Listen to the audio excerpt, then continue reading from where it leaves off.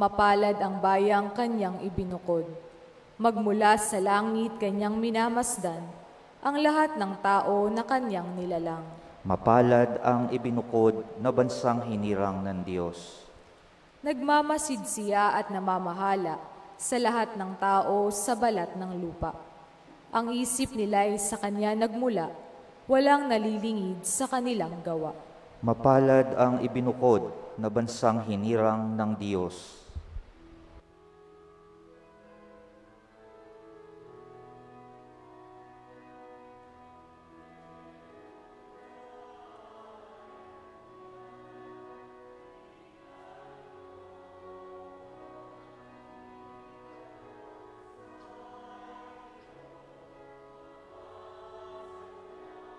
Hallelujah, hallelujah, hallelujah.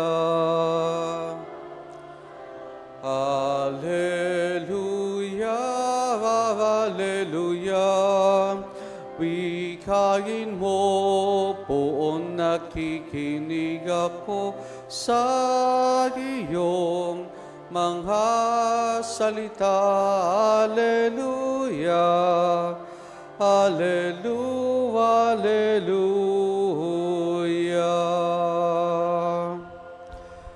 Sumainyo ang Panginoon. At sumayo rin. Ang mabuting balita ng Panginoon ayon kay San Marcos. Papuri sa iyo, Panginoon. Noong panahong iyon, pinalapit ni Jesus ang mga alagad, ang mga tao, pati ang kanyang mga alagad at sinabi, kung ibig niyo namang sumunod sa akin, limutin niyang ukol sa kanyang sarili, pasanin ang kanyang krus at sumunod sa akin. Ang naghahangad na magligtas ng kanyang buhay ay siyang mawawalan nito. Ngunit ang mag-alay ng kanyang buhay alang-alang sa akin at sa mabuting balita ay siyang magkakamit niyon. Ano nga ang mapapala ng isang tao, makamtan man niya ang buong daigdig, kung ang katumbas naman nito'y ang kanyang buhay? Anong maibabayad ng tao para maibalik sa kanyang buhay? Kapag ang sino man ay nahiyang kumilala sa akin at sa aking mga salita sa harapan ng lahing ito na makasalanan, ay hindi tapat sa Diyos. Ikahiya rin siya ng anak ng tao. Pagparito niya na taglay ang dakilang kapangyarihan ng kanyang Ama at kasama ng mga banal na anghel. Sabi pa ni Jesus sa kanila, tandaan ninyo, may ilan sa inyo rito na hindi mamamatay hanggat di nila nakikitang naghahari ang Diyos na may buong kapangyarihan. Ang mabuting balita ng Panginoon. Pinupuri ka namin, Panginoong Hesukristo. Magandang umaga po sa ating lahat.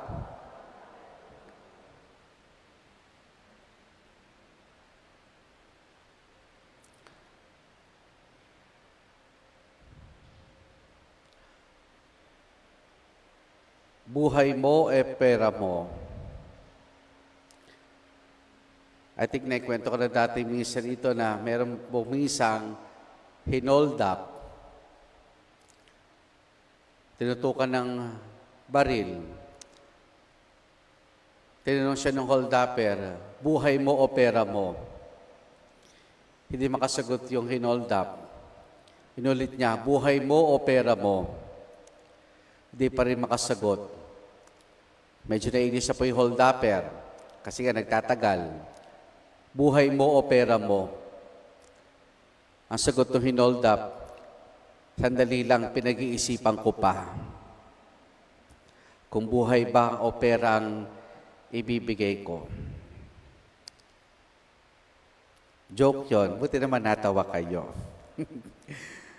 Pero yung kwentong iyon, kung titignan natin, ay may kaugnayan dito sa mga pahayag ng ating Panginoon sa Ebanghelyo na kung saan inilatag niya sa kanyang mga alagad, sa mga tao at hindi sa basa sa atin, kung sino mang nagnanais na sumunod sa kanya, limutin niya kanyang sarili, pasanin ng krus at sumunod sa ating Panginoon.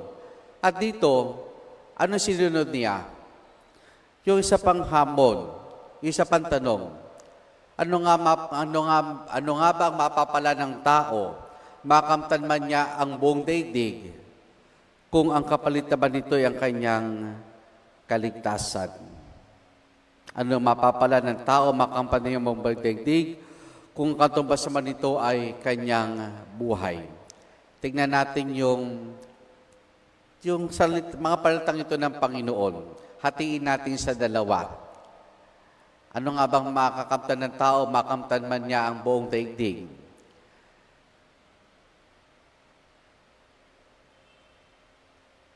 Sino ditong gustong yumaman? Yung talagang naubod ng yaman. Wala. Yung totoo. Wala. Ewan ko sa inyo.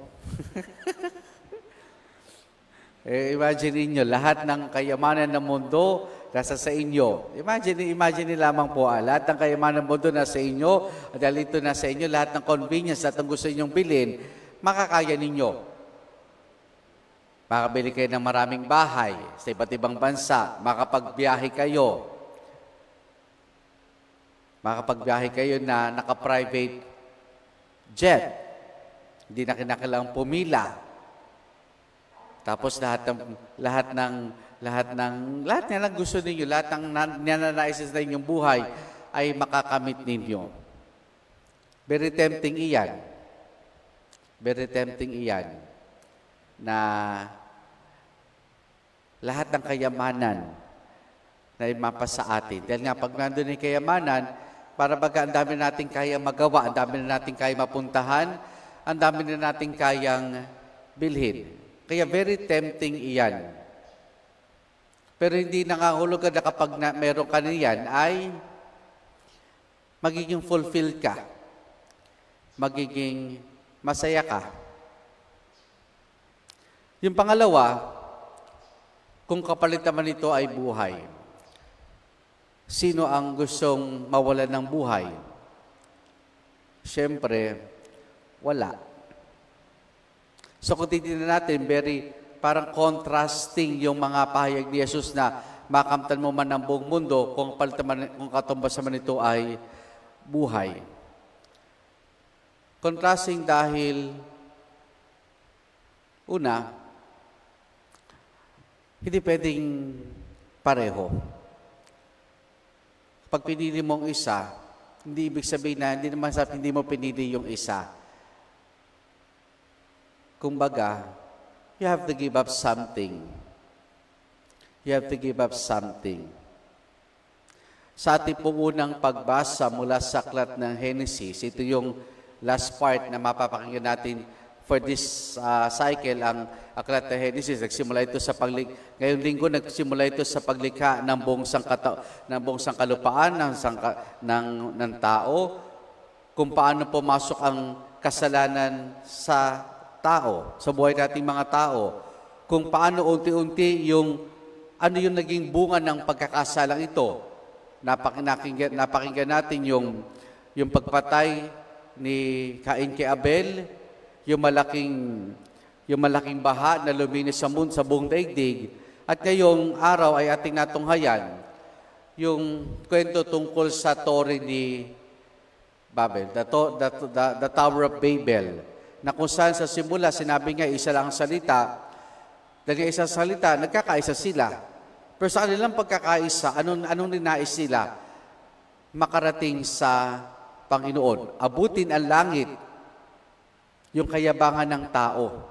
Kasi nga, nagkakaisa sila. Sama-sama silang kumikilos, sama-sama silang gumagawa. Kaya nasa isip nila. Yung kayabangan ang nangibabaw sa kanila. Kaya ano naging bunga nito? Nung bumaba ang Diyos at tignan sila, pinag-iba-iba ang kanilang salita, ang kanilang lengguwahe, at pinangalat sila sa iba't ibang panig ng daigdig. Andun yung desire nila. Sabihin natin ng paano yung desire na makarating sa langit, maabot ang kalangitan. Pero naging kapalit ito dahil sa kanilang kayabangan. Ginawa ng Diyos, pinag-iba-ibang kanilang salita. Ngayon, balik tayo sa ating ebanghelyo. Walang nagnanais magkaroon ng lahat ng kayamanan, Wala rin namang magnanais na mawalan ng buhay. Good. Yun lang naman ang nais ipaiwatig sa atin ng Panginoon. Kasi nga, kung nanaisin natin, hindi masiguro lahat ng kayamanan, kundi meron tayo. Ang temptation doon parati is isang tabi natin ng Diyos. At kapag sinantabi natin ng Diyos, totoong mawawalan tayo ng buhay. Kapag pinili naman natin ng Diyos, expect mo maraming pagdurusa, maraming kahirapan.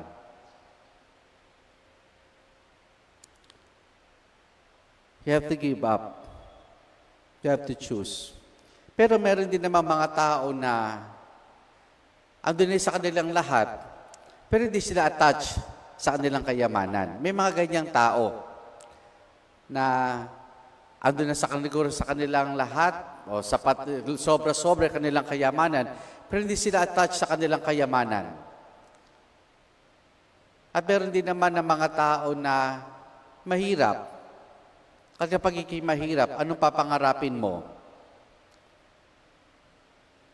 Magkaroon ng kayamanan, mag-asam. In the sense na kung ano pumapasok sa iyong isipan. So isa, walang attachment. Isang mahirap may attachment dun sa kanyang pangarap na yumaman.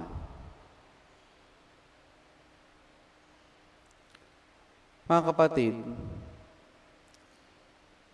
sa ikabuturan ng ating mga puso, there's always this desire na magkaroon ng maraming kayamanan.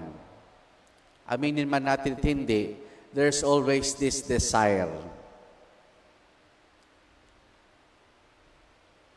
Aminin man natin hindi, there is always this desire to have the riches of the world. Wala. Lahat tayo. Nangangarap. Nga lang, baka minsan, sobrang attached tayo sa ating pangarap na yan, hindi natin napapansin yung mga biyaya ng Diyos. Pag sobrang attachment natin sa mga bagay, sa desire na yan, nalilisa pala tayo ng landas. Pero kung meron desire tayo for the riches of the world, meron din naman tayong desire para sa Diyos. Para sa Diyos. Tandaan natin, sinabi minsan ni Jesus, you cannot serve both God and mammon. You cannot serve both God and mammon. Hindi mo pwedeng paglingkuran ang kayamanan at ang Diyos. Dahil yung isa, maglilingkod ka ng tapat, yung isa kamumuyan mo. Isa pipiliin mo, yung isa iparati mong isasantabi. We always acknowledge these desires. Pero ang paalala sa atin, kung aling desire ang mangingibabaw sa atin. Kung ano yung pagnanais na mangingibabaw sa ating puso.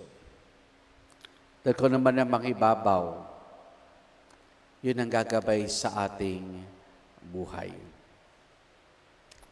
Amen.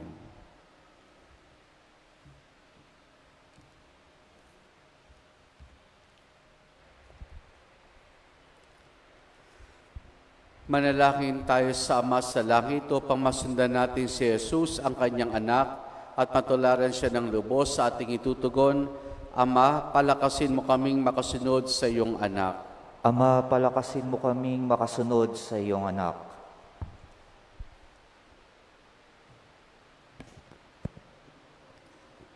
Ang bayan ng Diyos, naway yakapin ng krus ni Kristo at maging mga buhay na mensahe ng pag-asa sa mga taong ipinagkatiwalang mapasa ating pangangalaga. Manalangin tayo sa Panginoon. Ama, palakasin mo kaming makasunod sa iyong anak. Ang mga pinuno ng ating bansa, naway marinig nila ang mga daing ng ating mga kababayan, lalo na iyong mga nagdurusa dahil sa kawalan ng katarungan. Manalangin tayo sa Panginoon. Ama, palakasin mo kaming makasunod sa iyong anak. Tayo naway maging mga karapat-dapat na katuwang ng mga taong nabibigatan sa kanilang dinadalang krus sa buhay. Manalangin tayo sa Panginoon. Ama, palakasin mo kaming makasunod sa iyong anak. Ang mga may sakit, naway makatagpo ng kasiyahan at kalakasang espiritual sa pamamagitan ng ating pagkalinga at pangangalaga. Manalangin tayo sa Panginoon. Ama, palakasin mo kaming makasunod sa iyong anak. Ang mga yumao, naway makapahinga sa kapayapaan ng Diyos. Manalangin tayo sa Panginoon. Ama, palakasin mo kaming makasunod sa iyong anak.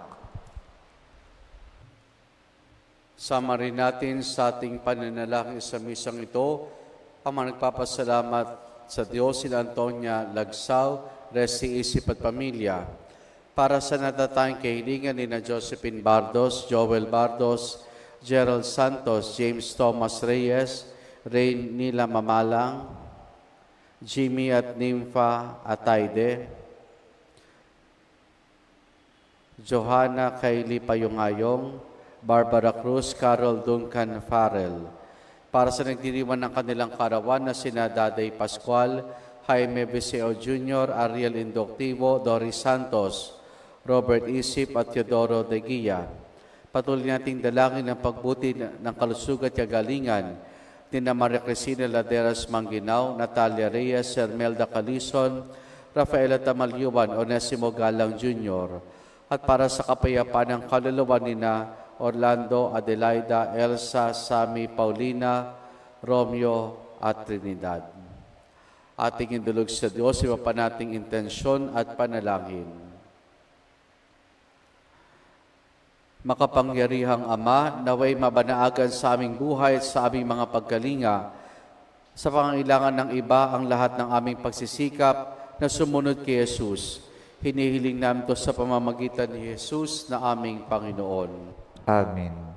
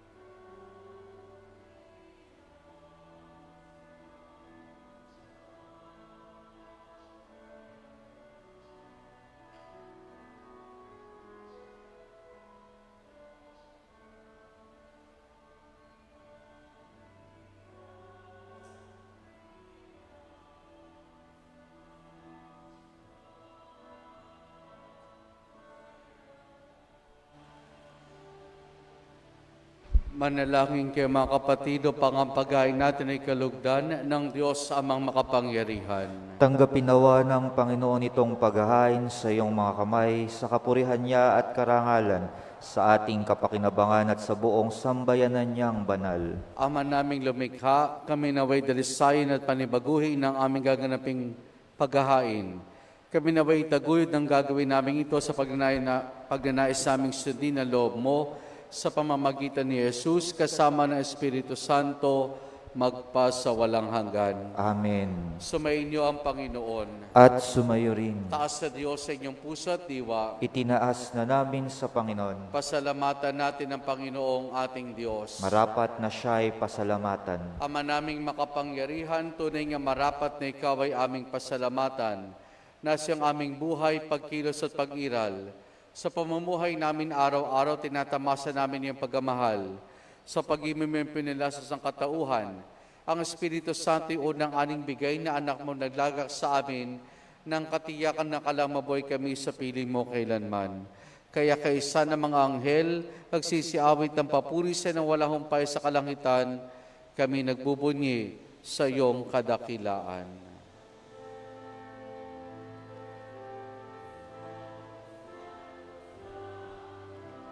Panginoong Diyos sa makapangyarihan, napupunuan langit at lupa ng kalwalhatian mo.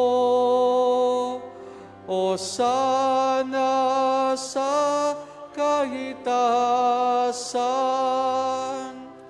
pinagpalang naparirito sa ngalan ng Panginoon. O sana sa kahitasan.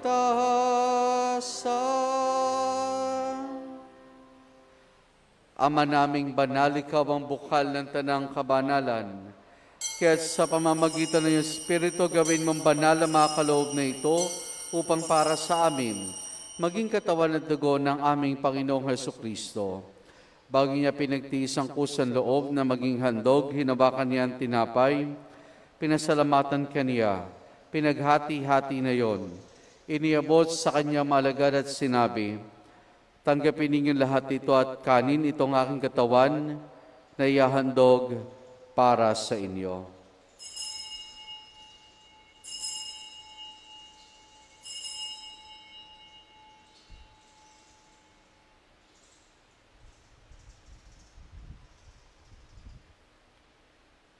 Gayun din naman nang matapos ang hapunan, hinawakan niya ang kalis. Muli kanyang pinasalamatan. Iniabot niyang kalis sa kanya malagad at sinabi, tanggapin ninyo lahat ito at inumin itong kalis ng aking dugo, ng bago't wala hanggang tipan. Ang aking dugo na ibubuhos para sa inyo at para sa lahat sa kapagpapatawad ng mga kasalanan. Gawin ninyo ito sa pag-alaala sa akin.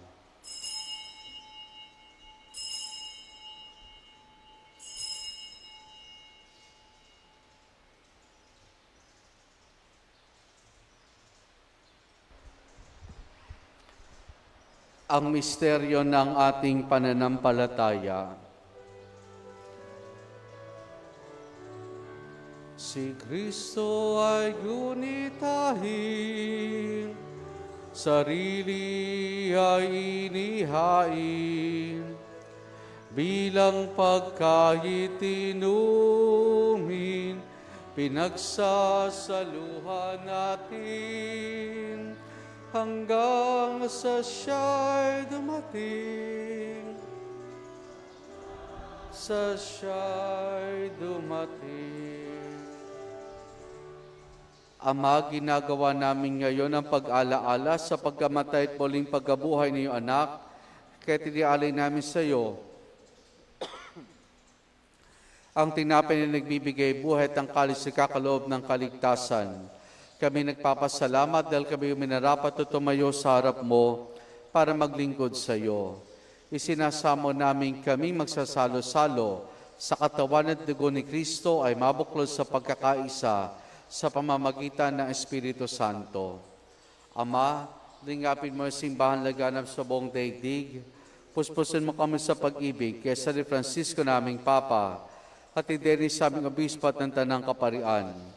Alalahanin mo rin mga kapatid naming nahimlay na may pag-asang sila maling mabubuhay, gayon din ang lahat ng mga pumanaw at mga kaluluwa sa purgatorio. Kaawan mo sa at patuloyin sa iyong kaliwanagan. Kaawaan mo at pagidapati kaming lahat na makasalo sa iyong buhay na walang wakas. Kaysa ng mahal na Birheng Maria, Ina ng Diyos, ang kanyang kabiyak ng puso, si San Jose, kaysa ng mga apostol, ni San Juan Bautista at ang lahat ng mga banal na namuhay dito sa daigdig ng kalugod-lugod sa iyo, may pagdiwang nawa namin ang pagpupuri sa kararangal mo sa pamamagitan ng iyong anak na aming Panginoong Hesukristo.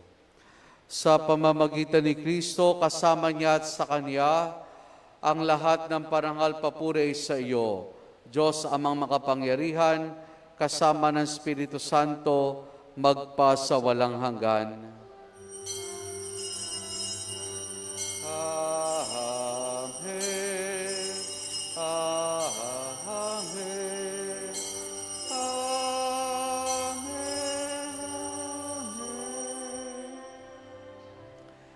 Sa tagubilin man nakagagaling na utos, sa turo ni Jesus na Panginoon natin na Diyos, ipahayag natin ng lakas loob.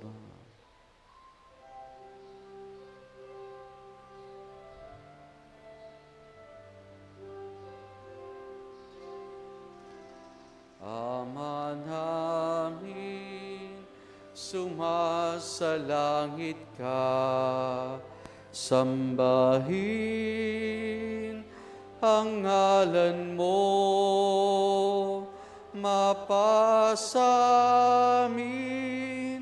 ang kaharian mo, sundin ang loob mo dito sa lupa para nang sa langit. Bigyan mo kami ngayon ng aming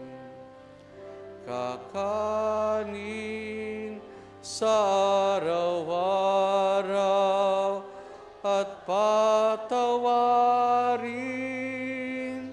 mo kami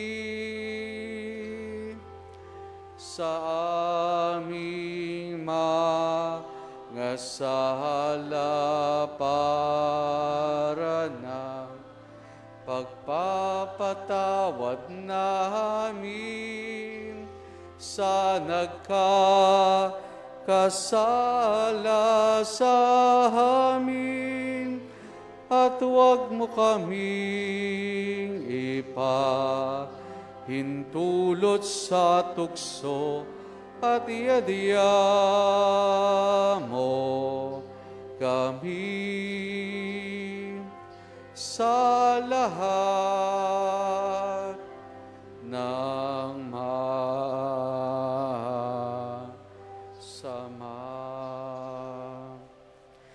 Hinihiling namin kay Maria sa lahat ng masama, pagkalooban ng kapayapaan, araw-araw iligtas sa kasalanan, at ilios lahat ng kapahamakan, samantalang aming masayang pinananabikan ang dakilang araw ng pagkapahayag ng tagapagligtas naming si Jesucristo. Sapagkat iyo ang kaharian at ang kapangyarihan at ang kapurihan magpakailanman. Amen. Panginoong Jesucristo, sinabi mo sa mga apostol, kapayapaan ang iniwan ko sa inyong aking kapayapaan ang binibigay ko sa inyo. Tunghayan mo ang aming pananampalataya at huwag ang aming mga pagkakasala. Pagkalooban mo kami ng kapayapaan at pagkakaisa ayon sa iyong kalooban, kasama ng Espiritu Santo magpasa walang hanggan. Amen. Ang kapayapaan ng Panginoon ay lagi nawang sumainyo. At sumayo rin. Mga kapatid, maghangad at magbahagi po tayo ng kapayapaan ni Jesus sa isa't isa. Peace be with you. Peace be with you po.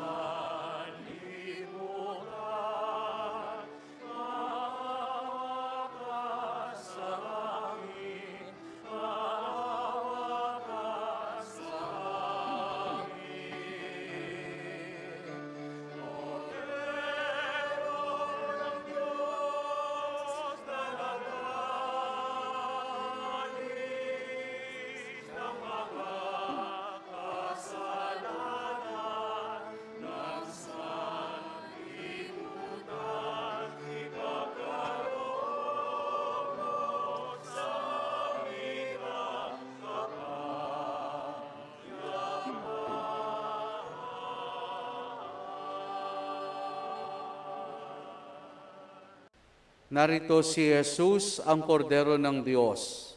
Siya nagaling sa mga kasalanan ng sanlibutan. Mapalad ang mga inaaniya niya makiisa sa kanyang banal na piging. Panginoon, di ako karapat-dapat na magpatuloy sa iyo, ngunit sa isang salita mo lamang ay gagaling na ako.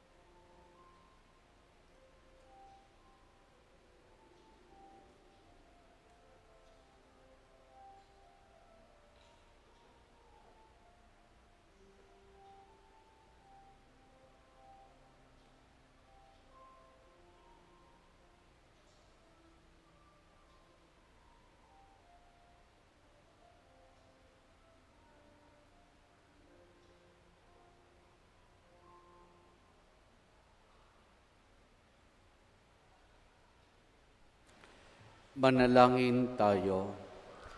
Ama naming mapagmahal, kaming pinapagsalo mo sa banal na pakikinabang, ay gawin mo laging manabik na pagsaluhan ng kalooban ito sa aming kabubuhay. Sa pamamagitan ni Jesus, kasama ng Espiritu Santo, magpasawalang hanggan. Amen. Sumainyo ang Panginoon, At sumayo rin. at pagpalain tayong lahat ng mabuti't mapagmahal na Diyos Ama, Anak at Espiritu Santo. Amen. Naialay na natin ang pagdiriwan ng banal na misa. Humayo tayong nagnanais na ang Diyos ang maghari sa ating puso. Salamat sa Diyos. Purihin po natin ang ating Panginoon.